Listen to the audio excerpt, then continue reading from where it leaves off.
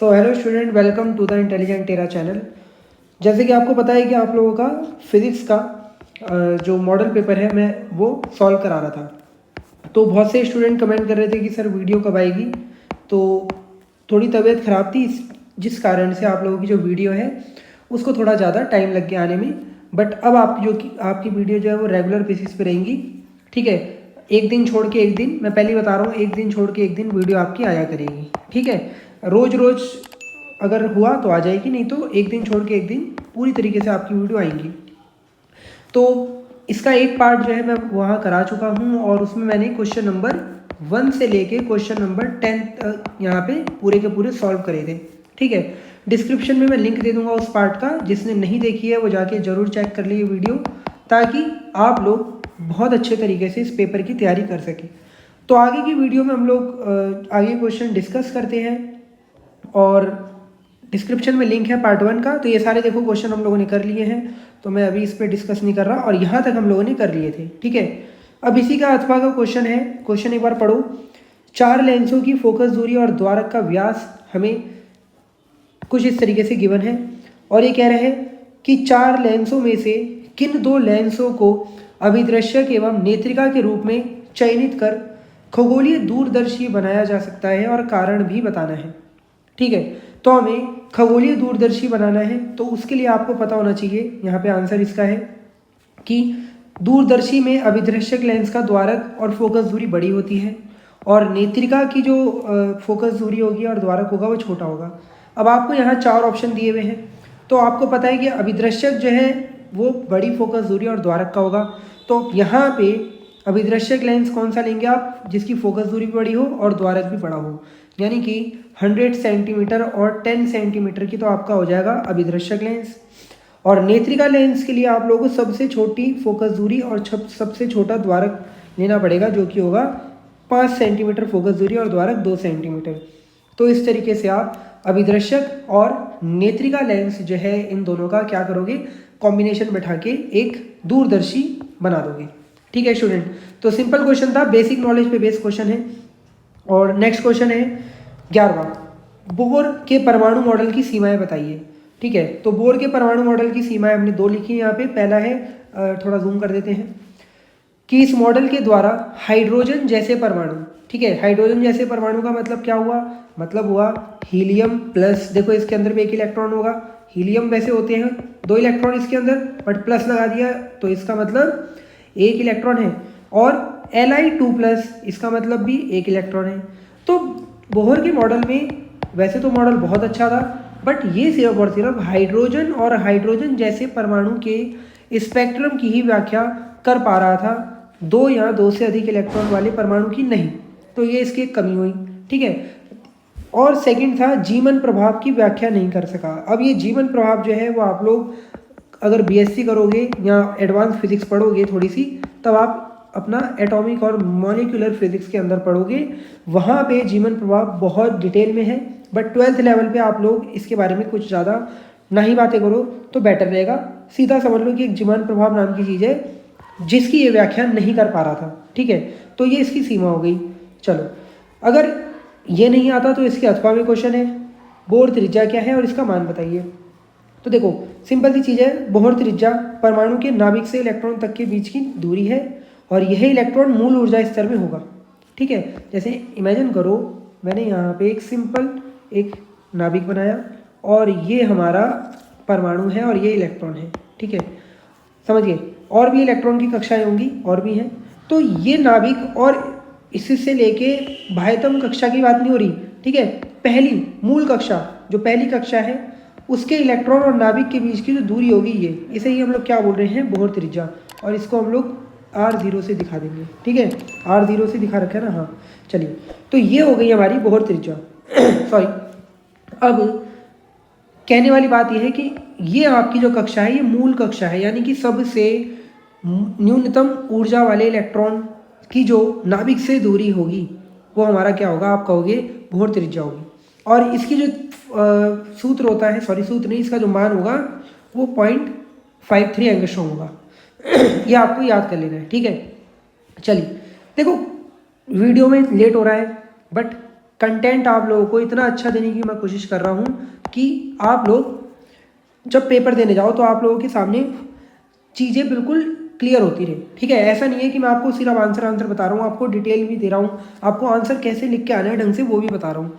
तो इसलिए ठीक है, आप लोगों को चैनल को सपोर्ट करना होगा, ठीक है, और हमारे साथ बने रहना होगा, क्योंकि जैसे ही आपका ये सेशन कंप्लीट हो जाएगा, नए सेशन से मैं इस चैनल पे बहुत सारी चीज़ें जेईई मेंस के लिए लाने वाला हूँ, प्रीवियस ईयर क्वेश्चंस लाने वाला हूँ।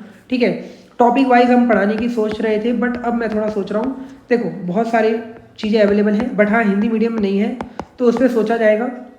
और सबसे पहले प्रीवियस ईयर क्वेश्चन को पूरा रखा जाएगा इस चैनल पे, जो कि एक डिमांड है, बहुत सारे स्टूडेंटों की ज़रूरत है इस आज के समय में, चाहे वो हिंदी मीडियम हो चाहे वो इंग्लिश मीडियम हो, यूके बोर्ड का।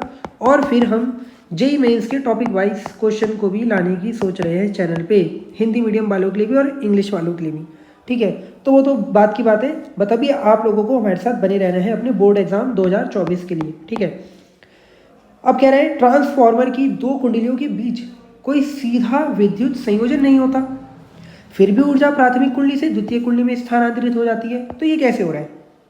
ठीक है, although there is no direct electrical connection between the two coils of a transformer, yet energy is being transferred from primary coil to secondary coil. How?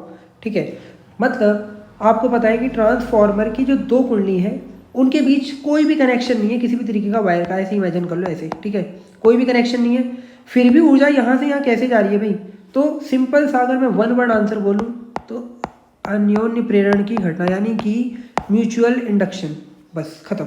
लेकिन इसको हमें एक्सप्लेन करना है भाई थोड़ा ढंग से, तो उसको हमने यहाँ पे लिखा है कि ट्रांसफॉर्मर की पहली कुंडली में एसी लगाने पर इसका मान परिवर्तित होता है। भैया एसी है, एसी का मान और दिशा परिवर्तित होगी, जिससे दूरी कुंडली से, सॉरी क्या बोल दिया, जिससे दूसरी कुंडली, दूरी नहीं, जिससे दूसरी कुंडली से बद्ध चुंबकीय फ्लक्स में परिवर्तन होने लगता है, और अन्योन्य प्रेरण की घटना के कारण उसमें प्रेरित ईएमएफ उत्पन्न हो जाता है। अतः ऊर्जा फ्लक्स परिवर्तन के कारण ईएमएफ के रूप में प्राप्त होती है। क्या बोल रहा है, एक बार फिर से थोड़ा कोशिश करो। ये कह रहा है कि भैया पहली कुंडली जो है, आप ऐसे समझ लो, यहाँ पे मैं बता रहा हूँ आप लोगों को। ठीक है, यहाँ थोड़ा बता देता हूँ, चलिए इधर देख लो।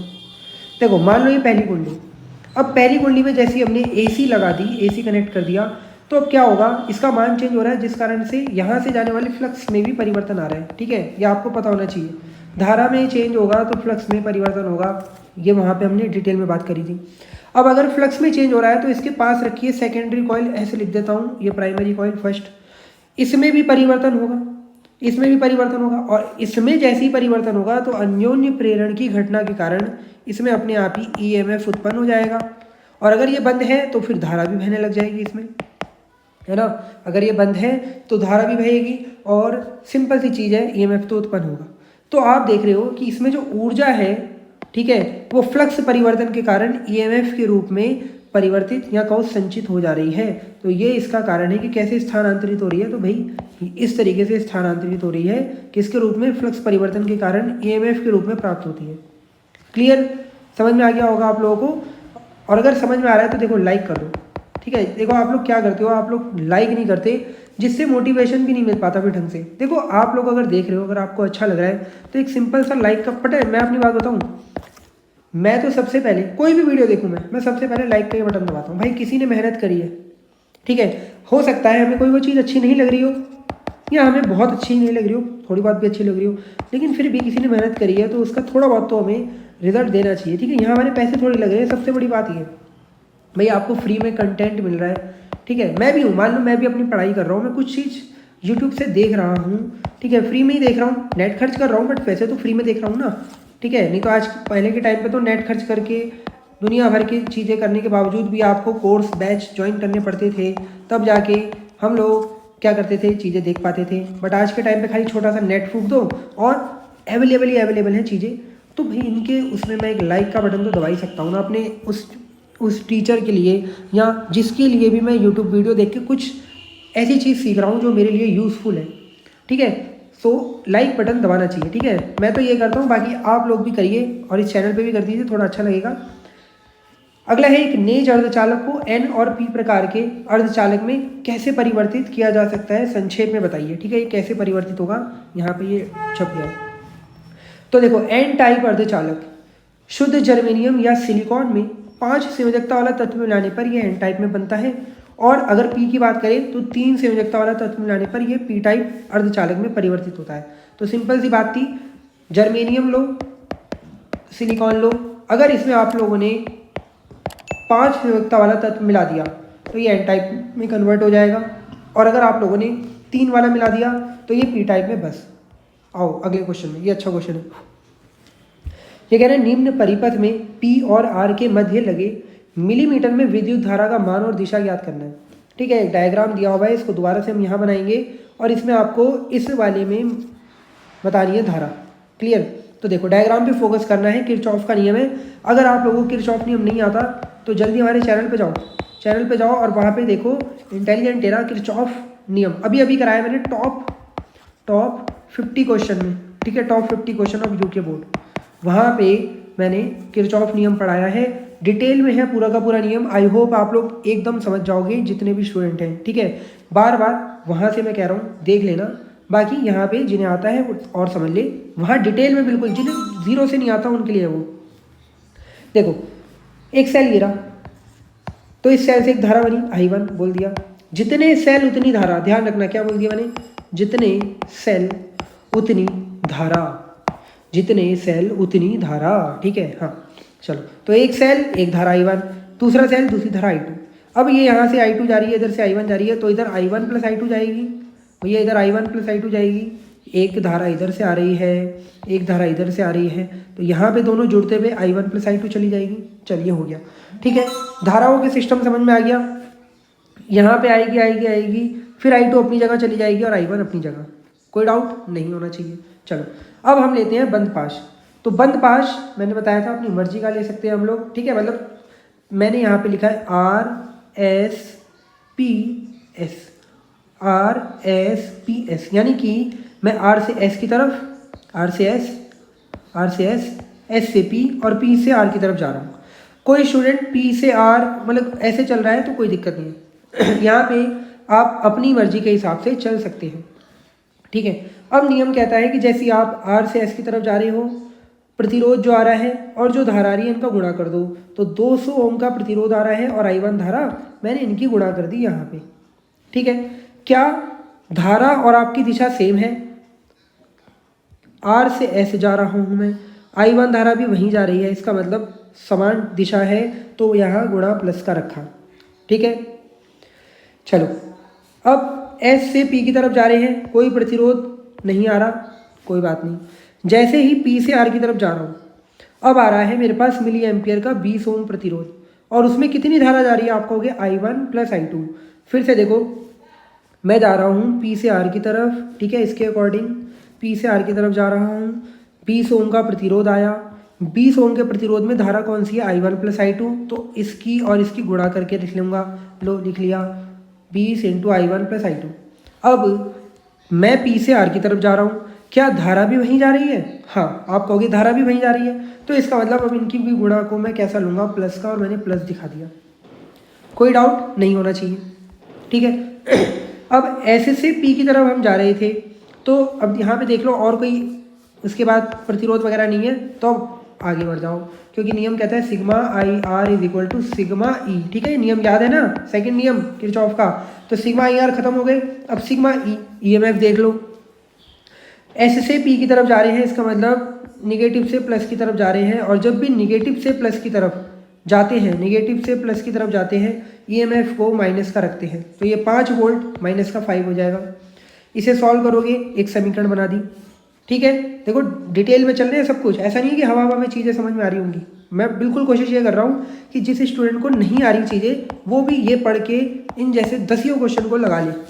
ठीक है, तभी मैं आराम आराम से समझा रहा हूँ, नहीं तो मुझे तो अगर छपा नहीं होता तो मैं तो फटाफट समझा देता ना चीज़ें।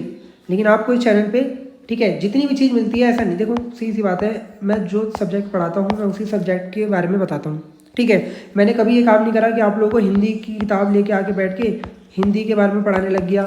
हाँ, एक्सपीरियंस शेयर कर सकता हूँ कि मैंने क्या करा, टॉपर की कॉपी का रिव्यू ले आता हूँ मैं, लेकिन जिस बारे में मुझे ज़्यादा नॉलेज नहीं हो कि उसका आंसर क्या है, तो वो मैं नहीं बताता ना। इंग्लिश के बारे में ज़्यादा नहीं है मेरे को नॉलेज, ठीक है। एक्सपीरियंस बता सकता हूँ, टॉपर की कॉपी दिखा सकता हूँ, वो बता सकता हूँ, लेकिन आप मुझसे क्वेश्चन आंसर करने लग जाओ तो उस पर मेरा नहीं है कमांड। अब मैथ की चीज़ हो गई, मैथ में मेरी कमांड है, ठीक है, मैं नहीं कह रहा नहीं है, ठीक है, मैथ में है कमांड मेरी, बट फिर भी क्योंकि मैं मैथ जो है वो पढ़ाता नहीं हूँ, ठीक है, इसलिए मैं उसके बारे में इतना जानकारी नहीं रखता, ठीक है। लेकिन हाँ, सवाल आते हैं, कम मत समझना, ठीक है। चलो, हाँ भाई, दूसरा बात है आर से क्यू, क्यू से पी, पी से हम जा रहे हैं आर, ठीक है। देखो पाथ को समझना जरूरी है, और ये हम अपने घर से ले सकते हैं।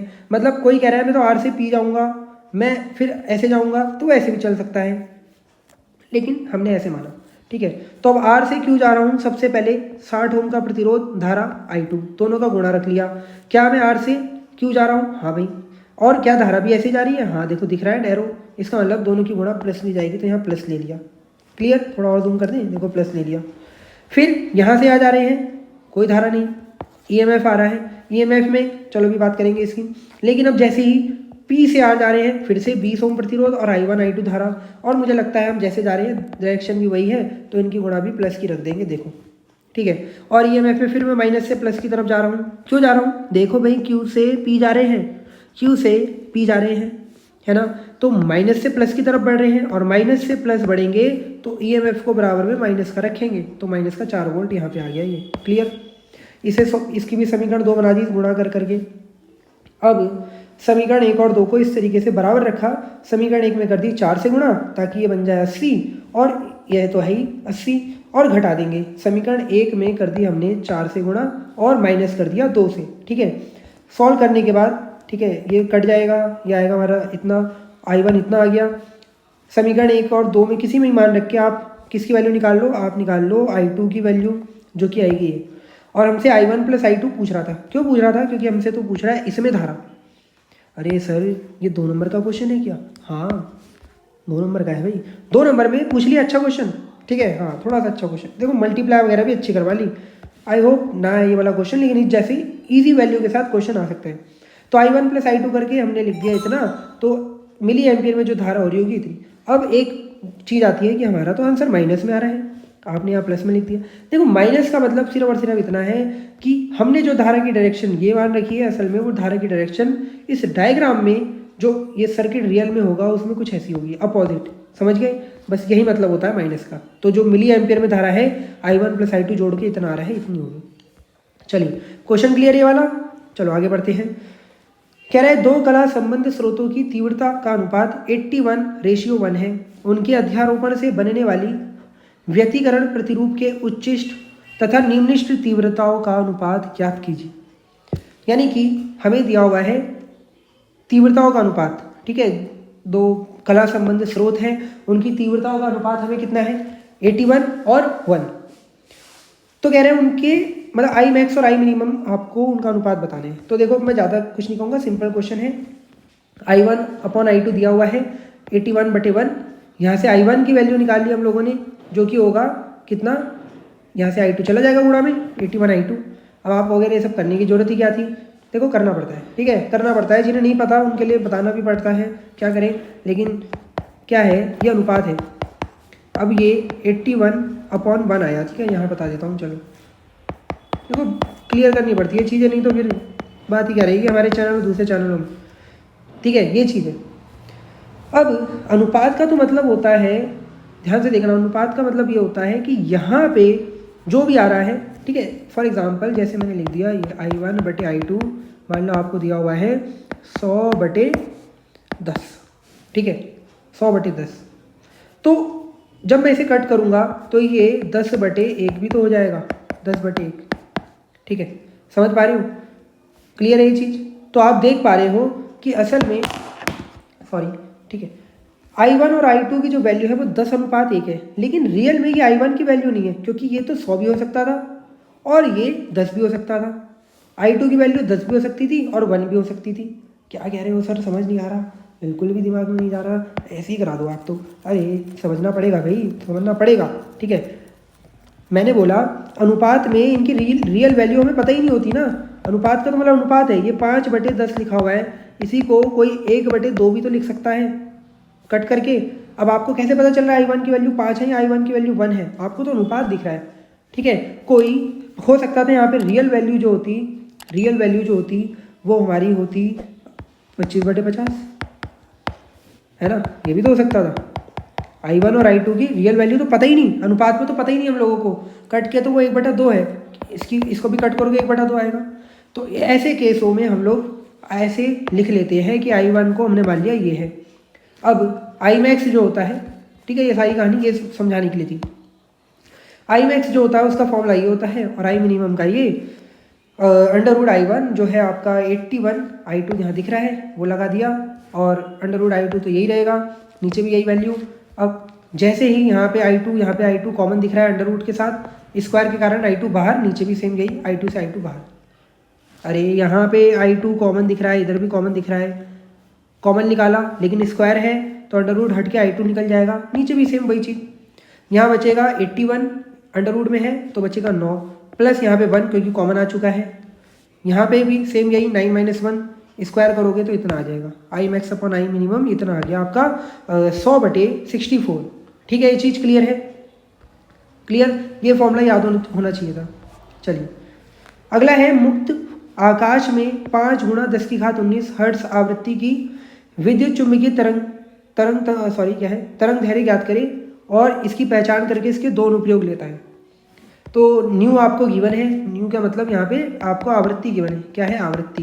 This is frequency of electromagnetic wave and you have to find lambda which is आपकी तरंग दैर्घ्य। ठीक है, तरंग दैर्घ्य है ये लैम्डा, और फॉर्मूला होता है C/न्यू, वैल्यू लगा दी, सॉल्व कर दिया, इतना आ गया आंसर। अब इसकी जो आवृत्ति से इसकी रेंज याद करके चले जा सकते हो आप लोग, लैम्डा निकालने तक की भी जरूरत नहीं है। तो ये गामा किरण होगी, कैसे होगी इसके लिए आपको 7 जो आपकी EM तरंगे हैं वो आपको याद होनी चाहिए। उनकी तरंग दैर्घ्य रोज एक दिन एक की याद कर लो, 7 दिन में 7 तो रट जाएंगी, और वो 7 दिन में 7 को चलो वो वाला डायलॉग मुझे याद आ रहा था, ठीक है, कौन सी पिक्चर है वो, घातक पिक्चर का, 7 को 7 मारूंगा, एक 7 मारूंगा, ठीक है, हाँ चलो कोई नहीं। हाँ, हमें किसी को मारना नहीं है, हमें पेपर को यहाँ पे देखना है, पेपर को मारना है, हमें पेपर की टेंशन को मारना है हमें, ठीक है। चलो, तो ये गामा किरण है, कैसे पता चला? याद करके। कैसे पता चला? याद करके, और कोई तोड़ नहीं है भाई, याद ही करोगे। कोई हट के आ गया, कैसे करोगे? गामा किरण की रेंज, सबकी रेंज याद करके जाना है। तो गामा किरण के 2 उपयोग हैं, देख लो, कर लेना, याद हो जाएगा, सिंपल है। चलो अगला है निम्न आरेख में प्रदर्शित एक श्रेणी LCR परिपथ LCR की वैल्यू गिवन है, इतने वोल्ट के प्रत्यावर्ती धारा स्रोत के साथ संयोजित है, और ये डायग्राम बना के गिवन कर दिया। ठीक है, तो आपसे कह रहे हैं अनुनाद के लिए प्रत्यावर्ती धारा स्रोत की आवृत्ति ज्ञात करें, यानी कि अनुनादी आवृत्ति ज्ञात करनी है आपको। तो देखो सिंपल है, जो वैल्यू गिवन थी उनको मैंने लिख लिया, कोई डाउट? एक चीज़ और समझा दूँ, जब तक मुंह से ना कह दे तब तक जो गिवन वोल्टेज है वो VRMS वोल्टेज होगी। जब तक मुंह से ये नहीं कह देता कि आयाम है या महत्तम मान है या शिखर मान है, ठीक है, ये सब शब्दों का प्रयोग जब तक नहीं कर रहा तब तक आप समझो कि आपको VRMS गिवन है, बस। ठीक है, तो VRMS 230 वोल्ट लिख लिया। अनुनादी आवृत्ति का फॉर्मूला होता है कुछ ये, ठीक है, L और C की वैल्यू लगा के सॉल्व करके अनुनादी आवृत्ति निकाल ली। सिंपल फॉर्मूला लगाना था और कुछ नहीं करा, इसमें ज़्यादा कुछ नहीं समझना है। अगला है अनुनादी आवृत्ति पर परिपथ की प्रतिबाधा और धारा का आयाम सॉरी, यानी कि आपको कह रहे हैं अनुनादी आवृत्ति पे आपको धारा का आयाम प्राप्त करना है, यानी कि I0 बताना है। देखो कुछ तो स्टूडेंट इसके आंसर को ही समझ नहीं पा रहे होंगे। धारा का आयाम तो अलग चीज़ होती है, धारा का आयाम मतलब मैक्सिमम धारा I0। ठीक है, तो अब मेरी बात ध्यान से सुनो, आपको गिवन है VRMS, चलो इधर ही देखो हमें जो गिवन है हम तो उसके सारे चल रहे हैं भैया। हमें VRMS गिवन था तो हमने IRMS निकालने की कोशिश करी। अब इसमें ZLCR नहीं पता, लेकिन ZLCR जो होता है उसका फॉर्मूला होता है कुछ ये, LCR परिपथ का। अनुनाद की अवस्था, अनुनाद की कंडीशन पहली बोल दी, तो उसमें XL और XC बराबर होंगे, तो ये दोनों 0 हो जाएंगे, कट जाएगा भाई, दोनों सेम है, माइनस हो जाएगा, 0 हो गया। तो ZLCR जो आया वो आया R। ZLCR कितना है आप कहोगे? R आ गया। ठीक है, तो समीकरण 1 में ZLCR की जगह मैं R की वैल्यू पुट करूंगा। VRMS मुझे पहले से ही 230 गिवन है, यहाँ से मेरे पास IRMS आ गया। अब IRMS से I0 मैं इस फॉर्मूले के थ्रू निकाल सकता हूँ, ठीक है। यहाँ से ये लो भाई, मैंने सिंपल तरीके से निकाल दिया, समझ में आ रहा है, ठीक है। और एक और चीज़ बता दूँ मैं, अगर आप मेरे इस चैनल पे थोड़ा सा और सर्च करोगे, थोड़ी वीडियोस के सेक्शन में जाओगे नीचे की ओर, ठीक है, वीडियोस में नीचे की ओर जाओगे, लगभग 2 साल पहले या 2022 में शायद मैंने चैप्टर नंबर 7 की, ठीक है, चैप्टर नंबर 7 की ऑल PYQs क्वेश्चन करा रखे हैं हिंदी मीडियम में सॉल्व, ठीक है। उस समय तो मेरे पास बुक थी, तो मैंने कॉपी के अंदर ही सॉल्व कराए थे, तो आप जाके देख सकते हैं चैनल पे, समझ गए। आपको थोड़ा सर्च करनी, देखो चीज़ें मिलने से मिलती हैं चैनल पे। मैं बार बार कह रहा हूँ बहुत सारी चीज़ें हैं, लेकिन आप लोग इंपॉर्टेंट क्वेश्चन करते रहते हो, और पिछले साल के क्वेश्चन करा रखे हैं वही हैं, बदल थोड़ी जाएंगे इंपॉर्टेंट क्वेश्चन। केमिस्ट्री के भी डाल रखे हैं, फिजिक्स के भी डाल रखे हैं। केमिस्ट्री में जो चैप्टर आपके हट गए हैं बस उन्हें हटा दो, उन चैप्टरों को हटा दो, और बाकी जो आपके हैं उन्हें तो देखो यार, उन्हें तो करो, ठीक है। आप इंपॉर्टेंट क्वेश्चन सीखते रह जाओगे, और वही वाली बात है, बगल में छोरा शहर में ढिंढोरा। चैनल पे वीडियो पड़ी हुई है, लेकिन आपको पता ही नहीं आप क्या कर रहे हो, आप तो कमेंट मार रहे हो कि important question important question important question, और जब वीडियो डल जाती है तो उसमें एक लाइक नहीं आता, और उसको फिर देखते भी नहीं हो, और जब नहीं डल रही हो, सर कहाँ हो, सर कहाँ हो, सर वीडियो डाल दो, सर कहाँ हो, ठीक है। थोड़ा आपको भी समझना पड़ेगा, ठीक है। चलिए, तो ये हाइगेन्स का सिद्धांत है, इसको मैं समझा ही देता हूँ, नहीं तो मैं सोच रहा था तीसरी वीडियो में बनाऊँ, क्योंकि लंबी हो जाएगी वीडियो, क्योंकि ये समझाने के लिए है भी, ये टॉपिक, ये समझाने वाला टॉपिक है। इसे समझा के इस वीडियो को मैं छोड़ता हूँ यहीं, और पार्ट नंबर 3 में हम कोशिश करेंगे इस पूरे को ख़त्म करने की, मॉडल पेपर को। हाइगेन्स के सिद्धांत का उपयोग करते हुए प्रकाश के परावर्तन के नियमों को सत्यापित करें। चलो फटाफट से देखते हैं। डायग्राम तुमने समझ लिया, हमने सब कुछ समझ लिया। थ्योरी डायग्राम को देख के ही समझ में आ जाएगी, वही लिखनी है जो मैं बोलूँगा। देखो, हमने मान लिया कि एक तरंगाग्र है, कुछ इस तरीके से ये तरंगाग्र क्या हो रहा है, आपतित हो रहा है, ठीक है। असल में तरंगाग्र है ये AB, ध्यान से देखो, इसमें फोकस करो, इधर आओ, ये तरंगाग्र है AB। तरंगाग्र क्या होता है समझ लो, तरंगाग्र क्या होता है, ये एक माध्यम है, ठीक है। इस समय आपको दिख रहा है एक माध्यम, ये ब्लैक सा ये माध्यम है, ठीक है, इससे ज़्यादा जूम नहीं हो सकता। अब इस माध्यम में ये बहुत सारे कण हैं, ठीक है, मैं यहाँ दिखा रहा हूँ, ये बहुत सारे कण हैं, ठीक है, बहुत सारे कण हैं। अब क्या होगा, अगर मैंने इस माध्यम में एक ऐसा पृष्ठ खींच दिया, ये एक ऐसा पृष्ठ खींच दिया, समझ पा रहे हो क्या बोल रहा हूँ, कि एक माध्यम है, इसमें बहुत सारे कण दिखाए हैं, और इसमें मैंने एक ऐसा पृष्ठ खींच दिया जिसमें ये सारे के सारे जो कण थे वो कंपन की समान कला में थे, कंपन की समान कला में, ठीक है। यानी कि ये सब के सब एक ही डायरेक्शन में भाग रहे हैं, ऐसे ऐसे ऐसे ऐसे ऐसे ऐसे और ऐसे, क्लियर। ये सभी की सभी एक ही डायरेक्शन में भाग रहे हैं भाई। तो इसी को हम बोलने लगे तरंगाग्र। क्या बोलने लगे, तरंगाग्र, क्लियर, ठीक है। बहुत शॉर्ट में समझाने की कोशिश करी है, ठीक है, डेप्थ में लेके जा रहा हूँ चीज़ों को ताकि क्लियर हो। क्या बोला, एक माध्यम में बहुत सारे कण थे, और अगर उसी माध्यम में मैंने एक ऐसा पृष्ठ खींच दिया, दिस इज पृष्ठ, दिस इज सरफेस, जिसमें जो आपके जो कण दिख रहे हैं वो सब समान कला में एक ही डायरेक्शन में है भाई, इसे ही तरंगाग्र बोलने लगे, ठीक है। और एक और चीज़ सुन लो, एक और चीज़ सुन लो भाई, सुन के जाओ, देखो ऐसे मत करो, सुनना पड़ेगा। अब अगर यहाँ पे, ठीक है, यहाँ पे यह आपको दिख रही है, यह है हमारी तरंग, ठीक है, इसे बोलेंगे तरंग। तो जो तरंग होती है वो तरंगाग्र के 90 डिग्री पे होती है, ये बात आपको समझ में आनी चाहिए, ठीक है, ये बात आपको समझ में आनी चाहिए।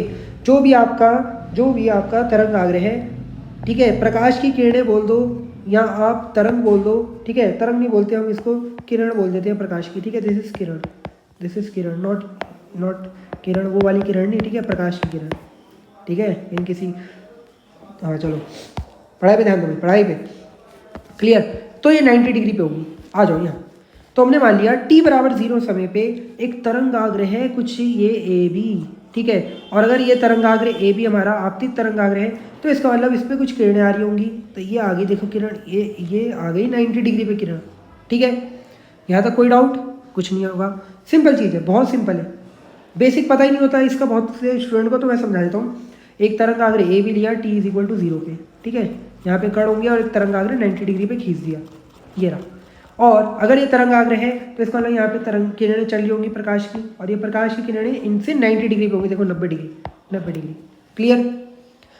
अब हुआ क्या, ये हमारा एक सरफेस है नीचे, ये दिख रहा है आप लोगों को, ये सरफेस। ठीक है। अब कुछ समय बीतेगा, कुछ समय जैसे ही बीतेगा ये हमारी जो किरण है ये यहाँ पे आएगी आएगी आएगी और यहाँ पे आ जाएगी। समझ पा रहे हो? ठीक है। तो हमने देखा कि जैसे टी समय हो गया, कुछ समय बाद, टी समय बाद ये तरंगें हमारी, देखो इस तरीके से तरंगें आगे बढ़ती रहेंगी बढ़ती रहेंगी बढ़ती रहेंगी बढ़ती रहेंगी, ऐसे वेव चलती रहेगी, ऐसे ये भी चलेगी चलेगी चलेगी चलेगी। और ये जो नया तरंगाग्र है, ठीक है, ये जो नया तरंगाग्र है ये आगे बढ़ता रहेगा। ठीक है, आगे बढ़ता रहेगा। अब हाइगेंस के सिद्धांत ने बोला था कि अगर आपको नए तरंगाग्र की स्थिति देखनी है, आपको नए तरंगाग्र की स्थिति देखनी है तो आपको करना क्या है, आपको एक चाप खींच देना है, एक चाप खींच देना है और उसको मिला देना है वहाँ से। समझो क्या बोल रहा हूँ। देखो जैसे ये तरंगे आएंगी हमारी यहाँ पे, ओहो इन्होंने देखो भौंकना स्टार्ट कर दिया। चलो इधर ध्यान से सुनो, आप इनको थोड़ा 2 मिनट बोलेंगे। क्या होगा, देखो ये हमारी, मान लो इसकी जो चाल है वो है वी चाल है। ठीक है, 2 मिनट इन्हें बोलने दो, 2 मिनट के लिए रुकते हैं। चलो हाँ, मैंने मान लिया तरंगों की जो चाल है वो वी है।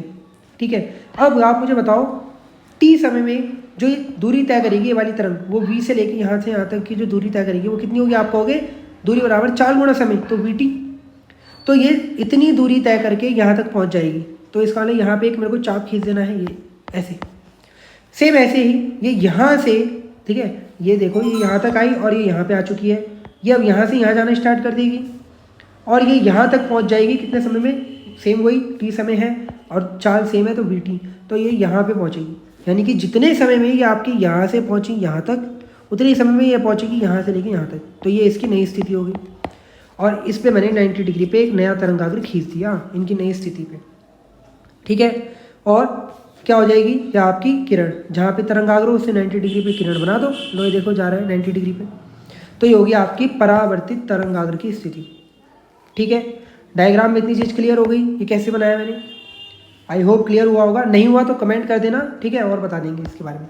अब आ जाओ ये पूरे के पूरे कोणों पर।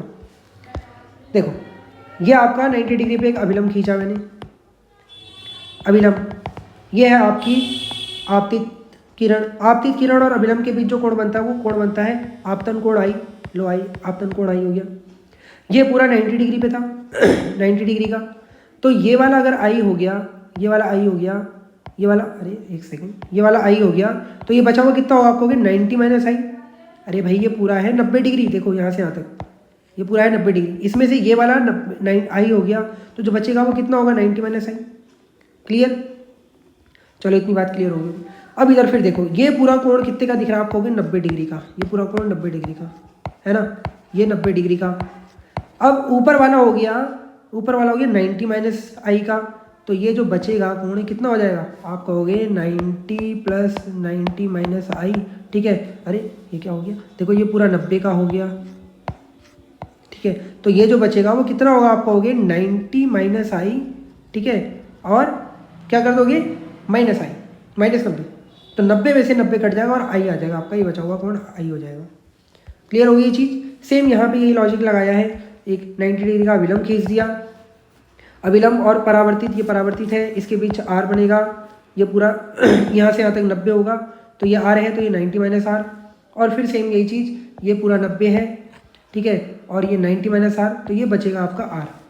क्लियर, चलो अब 2 त्रिभुज दिख रहे हैं आपको, एक त्रिभुज ए बी सी ये वाला इधर बना रखा है, और एक त्रिभुज आपका ए डी सी ये इधर बना दिया। दोनों त्रिभुज अब इधर देख लो, देखो इस वाले त्रिभुज में बी से लेके सी और इसमें ए डी दोनों सेम है, वी टी और वी टी दिखा भी रखा है भाई, ये भी वी टी है और ये भी यहाँ से आता है वी टी है। ठीक है, एंगल बी 90 डिग्री है और ये एंगल डी ये भी 90 डिग्री है, और ए सी दोनों में कॉमन है। तो यहाँ पे आप क्लियर देख पा रहे हो कि किसी भी त्रिभुज में अगर तीनों एंगल, ठीक है, आपका सेम है, यानी कि भुजा कोण भुजा, तो ये आपका समरूप त्रिभुज हो जाएगा। तो दोनों समरूप त्रिभुज होंगे तो इनके सामने के जो कोण होंगे, यानी कि एंगल ये और ये क्या होंगे, बराबर। तो एंगल आई और एंगल आर बराबर होंगे, तो ये आपका परावर्तन का दूसरा नियम हो गया, परावर्तन का सेकंड नियम। तो ये दोनों नियम यहाँ पे आपके प्रूफ हो जाएंगे। पहले नियम आप देख ही पा रहे हो, ये 90 डिग्री पे है आपका सरफेस और ये सब 90 डिग्री पे आ रहे हैं। तो अभिलंब और आपतित किरण और परावर्तित किरण तीनों 90 डिग्री पे हैं। तो हाइगेन्स के सिद्धांत से इस तरीके से परावर्तन के नियम की व्याख्या होती है। ठीक है स्टूडेंट, चलिए तो आज की वीडियो को यही रखते हैं। इसके आगे के क्वेश्चन को हम लोग नेक्स्ट पार्ट में करेंगे, जो कि हमारी अगली वीडियो होगी, जो आप लोगों की परसों अपलोड हो जाएगी। और फिर इसके बाद में फटाफट से इंपॉर्टेंट क्वेश्चन 2 मार्क्स 3 मार्क्स के लेके आऊँगा। और अगर जिन्हें ज़्यादा ही जल्दी हो रही है इंपॉर्टेंट क्वेश्चन की, तो मैंने बोल दिया चैनल पे पुरानी वीडियोस पड़ी हैं, वहाँ से भी देख सकते हो। ठीक है, चीज़ें वही रहती हैं, 1-2 क्वेश्चन का फ़र्क होता है, बदलता है, बस बाकी सेम वही रहेगी। और अगर वीडियो अच्छी लग रही हो तो लाइक करना, और वीडियो आप लोगों की अब डेली आती रहेगी, टेंशन मत लो, पढ़ाई जारी रखो। ठीक है, thank you for watching this.